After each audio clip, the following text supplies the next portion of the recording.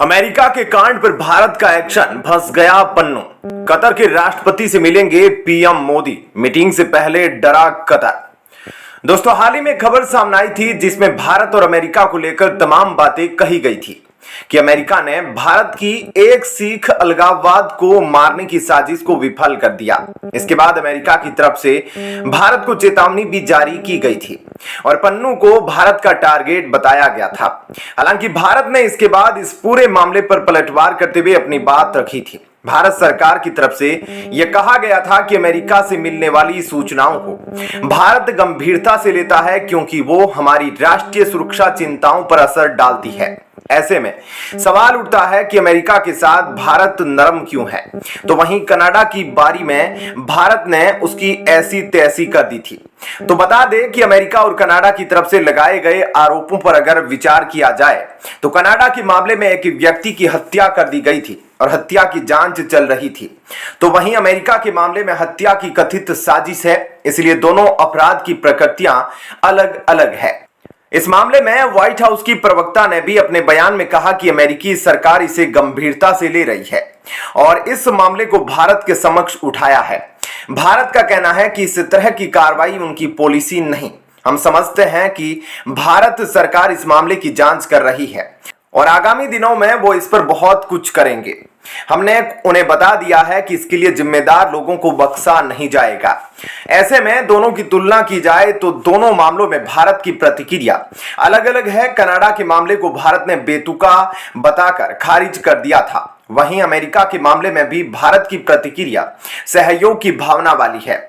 इसका एक कारण यह भी हो सकता है कि कनाडा के मुकाबले अमेरिका के साथ भारत के संबंध काफी ज्यादा व्यापक है और दोनों देशों के बीच रणनीति से लेकर रक्षा तक, अंतरिक्ष से लेकर टेक्नोलॉजी तक और लोगों के बीच काफी गहरे संबंध है।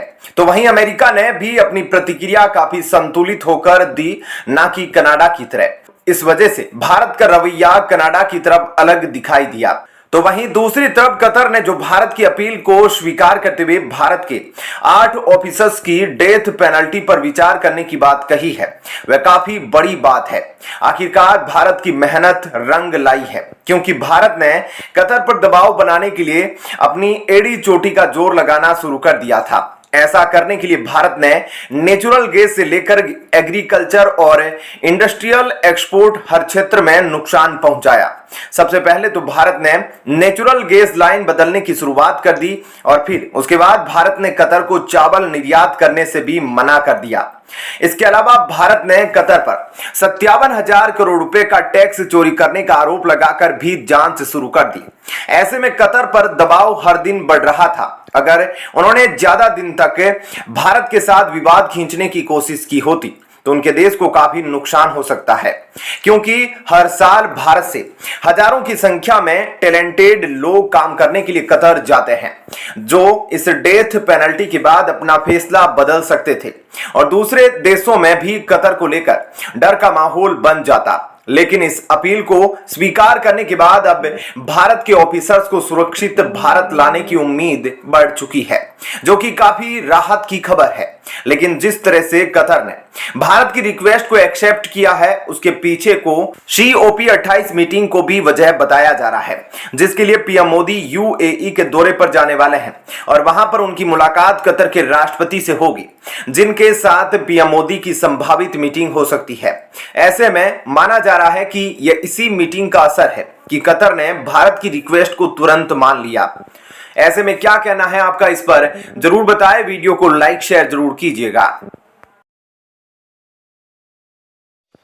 इंटरनेशनल मंच पर मोदी की दहाड़, 20 से अधिक देशों के सामने इजराइल पर ऐसी बात बोले मोदी, सब लोग हैरान। चीन, रूस, अमेरिका मोदी की इस दहाड़ के सामने रह गए हक्के बक्के।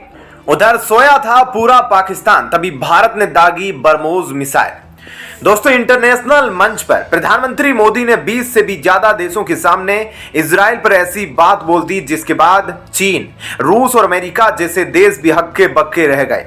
प्रधानमंत्री मोदी ने अपने भाषण में साफ साफ कहा कि आतंकवाद किसी भी प्रकार का क्यों ना हो हमें स्वीकार्य नहीं है और सिविलियंस की मौत कहीं भी हो निंदनीय है।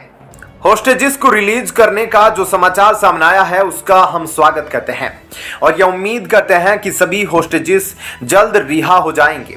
इस दौरान मानवीय सहायता लगातार पहुंचाई जाना बहुत जरूरी है। साथ ही यह सुनिश्चित करना भी जरूरी है कि इजराइल और हमास की लड़ाई किसी तरह का क्षेत्रीय रूप धारण न कर ले। और आज हम जिस तरह का संकट देख रहे हैं, हम सब में यह ताकत है कि हम उसका सामना कर सकते हैं। साथ ही हम आतंकवाद के विरुद्ध और मानवता के प्रति अपनी आवाज बुलंद कर सकते हैं। ऐसा करने के लिए भारत कदम पर कदम मिलाकर चलने के लिए तत्पर है। ऐसे में पीएम मोदी ने अपने बयान से यह साफ साफ बता दिया कि वह चाहते हैं कि जल्द ही इजराइल फिलिस्तीन का युद्ध खत्म हो जाए और इसके अलावा फिलिस्तीन के लोगों को लगातार मानवीय सहायता पहुंचाई जाए और जल्द से जल्द इजराइल के उन सभी होस्टेजेस को रिहा कर दिया जाए जिन्हें हमास ने बंधक बना रखा है। साथ ही उन्होंने सभी देशों से शांति बनाए रखने की अपील की है और वे चाहते हैं कि एक परिवार की तरह मिलकर सभी देश शांति कायम करें और आतंकवाद के खिलाफ भी जल्द से जल्द कदम उठाए और आतंकवाद को पूरी तरह से खत्म कर दिया जाए। ऐसे में भारत ने इजराइल फिलिस्तीन के युद्ध को लेकर अपना रुख सभी देशों के सामने पूरी तरह से साफ कर दिया। इस युद्ध को लेकर उसका क्या पक्ष है, तो वहीं दूसरी तरफ जब पूरा पाकिस्तान सोया हुआ था तभी भारत ने अपनी ब्रह्मोस मिसाइल दाग दी। जी हां दोस्तों, भारतीय नौसेना ने पहली बार सेना में शामिल होने से पहले किसी युद्धपोत से मिसाइल दागी है। इस युद्धपोत का नाम है विशाखापट्टनम क्लास स्वदेशी guided missile destroyer INS Imphal और इससे दागी गई है दुनिया की सबसे तेज चलने वाली सुपरसोनिक क्रूज मिसाइल ब्रह्मोस। युद्धपोत INS इम्फाल से निकली ब्रह्मोस मिसाइल के एक्सटेंडेड वर्जन ने बुल्स आई को निशाना लगाया, यानी कि सीधा टारगेट पर। इम्फाल एक गाइडेड मिसाइल विध्वंसक है और यह इस साल के अंत तक भारतीय नौसेना में शामिल होगी। इस जंगी जहाज का डिस्प्लेसमेंट 74,000 टन है। यह 535 फीट लंबा युद्धपोत है। इसकी अधिकतम स्पीड 56 किलोमीटर प्रति घंटा है और अगर इसे 33 किलोमीटर प्रति घंटे की रफ्तार से चलाया जाए तो यह 15,000 किलोमीटर की दूरी तय कर सकता है। 45 दिनों तक समुद्र में रह सकता है। इसमें 4 रिजिड बोट्स भी है। इसमें 32 Barak surface to air missile लगी है। इसके अलावा एंटी सरफेस वॉरफेयर के तौर पर 16 ब्रह्मोस एंटी शिप मिसाइलें तैनात है। साथ ही 4 टॉर्पीडो ट्यूब्स है और 2 एंटी सबमरीन रॉकेट लॉन्चर्स लगे हैं। इस युद्धपोत में 50 नेवल ऑफिसर और 250 नौसैनिक तैनात हो सकते हैं। इसके जरिए दूर बैठे ही मिसाइल दागी जा सकती है और मिसाइल सीधे टारगेट पर हमला कर देती है और इन हथियारों की सटीकता को सीकर ही पूरा करता है। इन मिसाइलों में कई बार ऑटो पायलट सीकर लगे होते हैं, लेकिन अब इस बार इंफ्रारेड सीकर की बड़ी मांग है।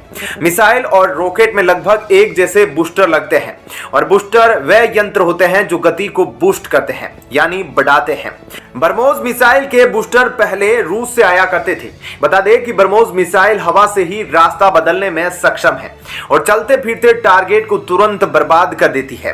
यह 10 मीटर की ऊंचाई पर उड़ान भरने में सक्षम है, यानी कि दुश्मन के रडार इसे देख नहीं पाएंगे और इसे गिराना बेहद मुश्किल है। ऐसे में अब इसका सफल परीक्षण हो चुका है, जिसने पाकिस्तान चीन की नींद उड़ाकर रख दी है। क्या कहना है आपका इस पर जरूर बताएं। साथ ही वीडियो को लाइक शेयर जरूर कीजिएगा।